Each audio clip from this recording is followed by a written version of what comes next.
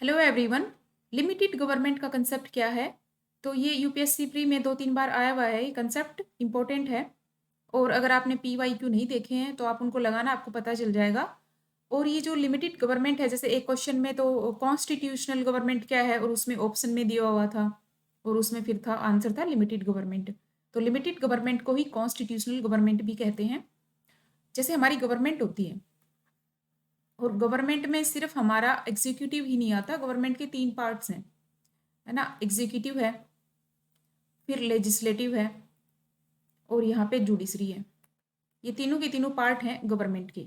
और इन तीनों को ही कैसे कंट्रोल किया जाए, कैसे लिमिट किया जाए, इनके ऊपर एक लिमिटेशंस होती है ना। जो गवर्नमेंट है उसके ऊपर लिमिटेशंस हैं। लिमिटेड गवर्नमेंट मतलब उसके ऊपर लिमिटेशंस हैं, वो अनकंट्रोल्ड नहीं है और ना ही उसके पास अनलिमिटेड पावर्स हैं। मतलब गवर्नमेंट ऐसा नहीं है कि वो जो चाहे वो कर सके, उसके ऊपर कुछ रेस्ट्रिक्शंस हैं और जो रेस्ट्रिक्शंस हैं और इसकी वजह से उसको लिमिट किया गया है ना। इसी को कहते हैं लिमिटेड गवर्नमेंट। और क्यों किया गया है? लाइक ये जो गवर्नमेंट है ये कॉन्स्टिट्यूशन के अकॉर्डिंग चलती है ना। कॉन्स्टिट्यूशन में जो रूल्स लिखे हुए हैं, जो लॉज लिखे हुए हैं, उन्हीं के अकॉर्डिंग गवर्नमेंट काम करती है। गवर्नमेंट के तीनों ऑर्गन उसी के अकॉर्डिंग काम करते हैं।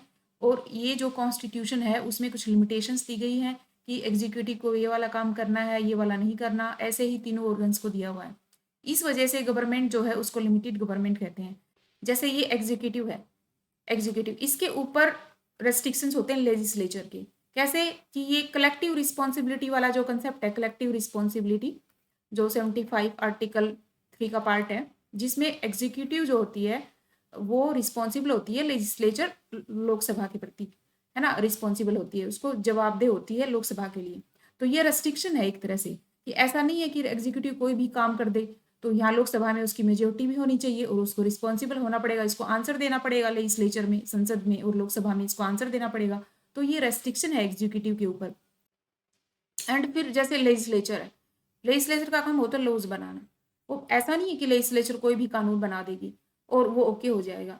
कानून बनाने के ऊपर भी रेस्ट्रिक्शंस हैं, है ना। जैसे जुडिशियल रिव्यू का जो कंसेप्ट है, जुडिशियल रिव्यू वाला, उसके थ्रू जुडिशरी इसको कंट्रोल करती है, लेजिस्लेचर की जो लॉ मेकिंग पावर है ना। तो ये देखती है कि कोई लॉ है वो जस्ट है, फेयर है।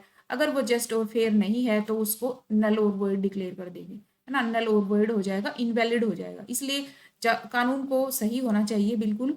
ऐसा नहीं है कुछ भी पास कर दिया, जैसे सभी को पिंक कलर के कपड़े पहनने हैं या डिस्क्रिमिनेशन कर दिया कैसे भी, तो ऐसा नहीं होता है। तो जुडिशियल रिव्यू की जो पावर है उसके थ्रू जो भी लॉज हैं वो सही है, अच्छे से बनाए हैं, वो एक रेस्ट्रिक्शन है लेजिस्लेचर के ऊपर।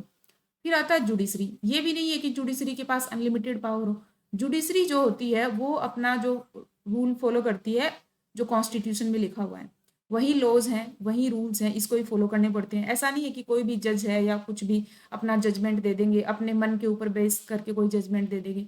जो कॉन्स्टिट्यूशन में, जो रूल बुक में लिखा हुआ वही रूल्स सब पे अप्लाई होंगे। रूल के अकॉर्डिंग रूल ऑफ लॉ चलेगा, है ना। ऐसा नहीं है कुछ भी, रूल ऑफ लॉ चलेगा। तो ये रेस्ट्रिक्शन है। जैसे हमारे फंडामेंटल राइट्स होते हैं, ये भी एक लिमिटेशंस लगाते हैं, है ना, गवर्नमेंट के ऊपर। गवर्नमेंट के ऊपर लिमिटेशन लगाते हैं हमारे फंडामेंटल राइट्स। इसमें इंडिविजुअल फंडामेंटल राइट में इंडिविजुअल होता है और इस साइड होती है गवर्नमेंट। ये दोनों होते हैं। तो गवर्नमेंट क्या करती है कि वो किसी भी इंडिविजुअल को कैसे भी रेस्ट्रिक्ट कर दे, ये वो, है ना।